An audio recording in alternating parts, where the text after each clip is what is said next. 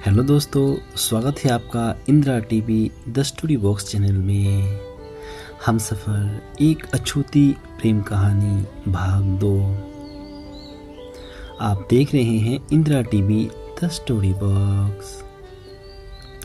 आज हम सफ़र कहानी का दूसरा भाग आप सबके सामने प्रस्तुत कर रहे हैं। हम सफ़र कहानी के दूसरे भाग में हम शालिनी के माता पिता और उनका बचपन के बारे में आपको बताने जा रहे हैं। आप देख रहे हैं Indira TV the story box.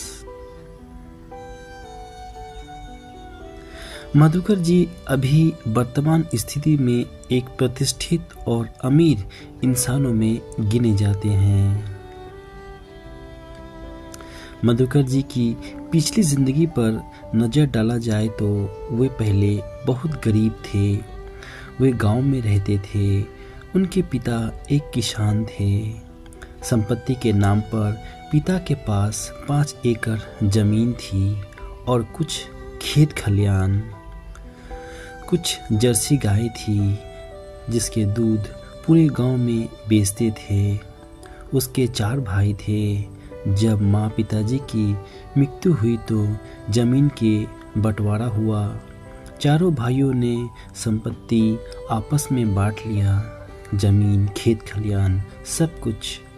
लेकिन मधुकर जी सबसे छोटे भाई थे, इसलिए उन्हें कुछ नहीं दिया गया, बल्कि सभी भाइयों ने उसे मारकर गांव से भगा दिया। मधुकर जी जान बचाकर गांव से शहर आ गए। वे तब बहुत छोटे थे। वे शहर आकर उन्होंने बहुत सारी कंपनी, फार्म और फैक्ट्री में काम किया।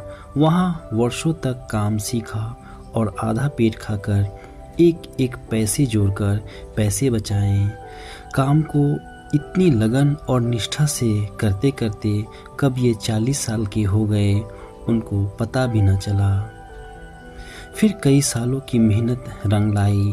फिर वे अपना व्यवसाय करने लगे। आज की तारीख में वे मधुकर जी अब मधुकर नहीं रहे। वे अब मधुकर सिंह हो चुके हैं। प्यार से लोग उन्हें मधुकर साहब बुलाते हैं। मधुकर साहब अब शहर की करोड़पति में गिने जाते हैं। उनके कपड़ों की 2-3 भारी मिलें हैं। इसकी अतिरिक्त और भी लाखों का कारोबार इधर उधर फैला हुआ है। आप देख रहे हैं Indira TV the story box. फिर उन्होंने अपना एक आलीशान घर बनाए। फिर शादी कर ली। पत्नी घर लाने के बाद पहली बार उन्होंने सच्चे मन से भगवान से यह प्रार्थना की थी कि वह उन्हें संतान दे, चाहे एक ही संतान दे। और भगवान ने उनकी यह प्रार्थना सुन ली। उनकी पत्नी गर्भवती हो गई और मधुकर के मन में आशा की किरण दिखाई देने लगी।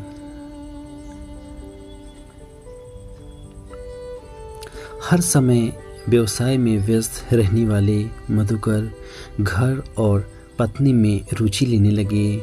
उन्हें लग रहा था जैसे उन्हें नवजीवन मिल रहा है। पत्नी की देखरेख के लिए घर में ही लेडी डॉक्टर रख ली गई। 2 नर्स सुबह और 2 रात हर समय साथ रहती। केस कुछ जटिल था, इसलिए 8वें महीने ही उन्हें नर्सिंग होम में दाखिला कराया गया। आखिर बच्चा हुआ ऑपरेशन से।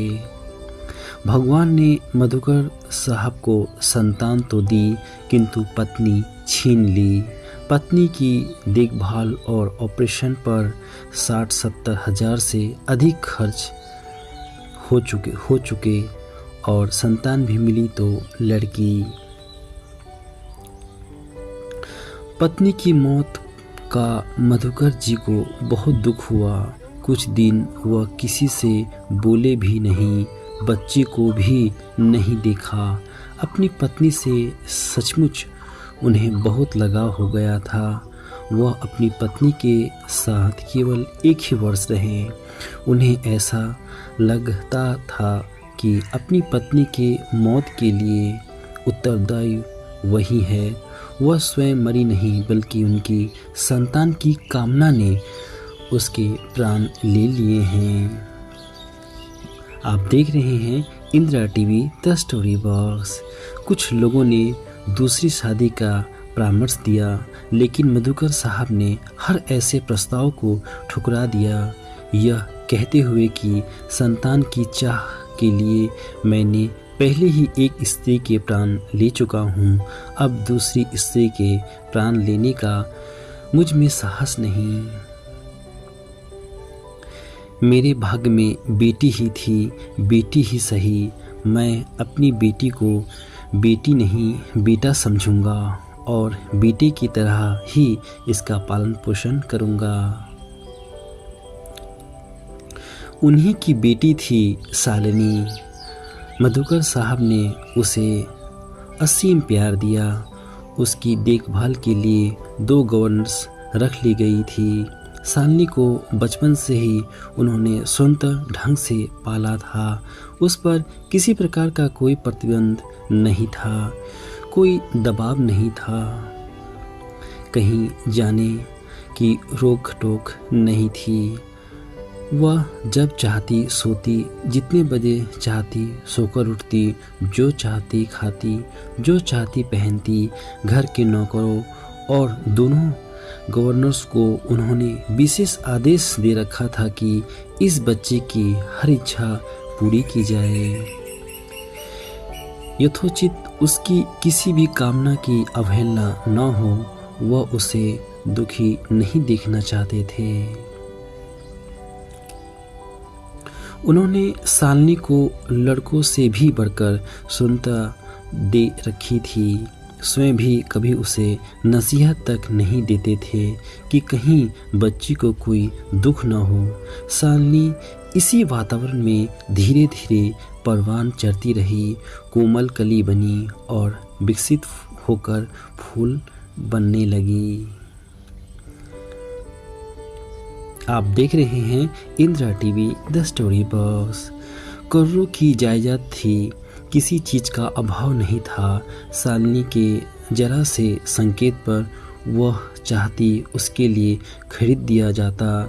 आज उसने एक कार खरीदी, कल दूसरी पसंद आई और पहली कार गैरेज में डाल दी गई। शालिनी को बचपन से ही पढ़ाई में रुचि थी। मधुकर साहब ने उसके लिए 2-3 शिक्षक नियुक्त कर दिए, जिनको आदेश था कि शालिनी की इच्छानुसार जिस समय वह चाहे उसे पढ़ाया करे। उस पर कुछ सीखने या पढ़ने के लिए दबाव न डाला जाए। तीनों शिक्षकों कोठी में ही रहते थे। शिक्षकों का विचार था कि शालिनी असाधारण तीक्ष्ण बुद्धि की लड़की है। ऐसी योग्य लड़कियां विरल ही साधारण जीवन में मिलती है।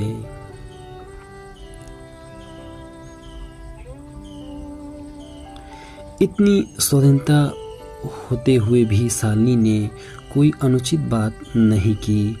स्वाभाविक रूप से ही वह शिष्ट लड़की थी। खाने पीने, पढ़ने और खेलने आदि के उसने स्वयं ही नियम बना रखे थे।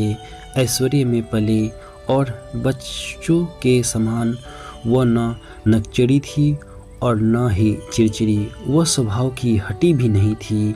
जिस बात को वह समझती थी कि उचित है और सही है, तो उसे वह बिना किसी प्रश्न के मान जाती। 20 वर्ष की आयु में ही उसने प्रथम श्रेणी में और कॉलेज में प्रथम स्थान पाकर एमए कर लिया था। आप देख रहे हैं Indira TV the story box. Shalini प्रकृति से ही वह साहसी और निडर थी। उसे अपने एक शिक्षक कि यह बात विशेष रूप से याद थी। किसी से डरने से पहले उसके भीतर जाओ और सोचो कि उसमें ऐसी क्या बात है जिससे तुम डर रहे हो। जब वास्तविकता सामने आ जाए तो स्वयं ही डर भी निकल जाएगा। यह बात उसने गिरोह बांध ली थी। इससे उसका अपना आत्मविश्वास भी बढ़ गया। हाँ, वह डरती थी तो केवल नारी की स्वाभाविकता और प्राकृतिक निर्बलता से।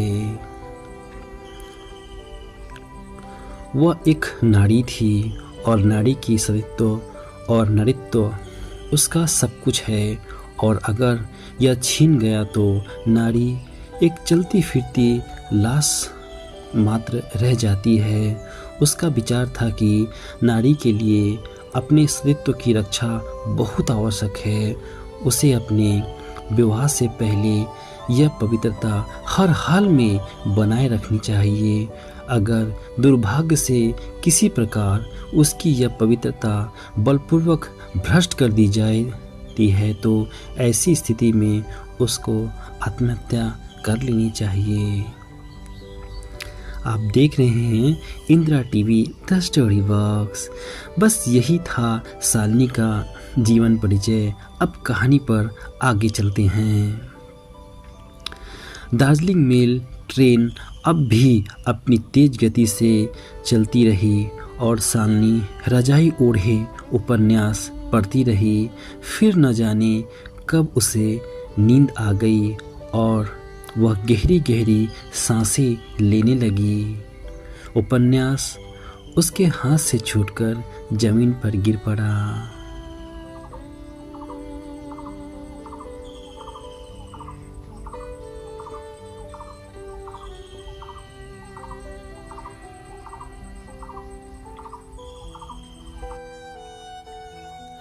हम कहानी का भाग 3 जल्द से जल्द लेकर आप सभी के सामने प्रस्तुत होंगे।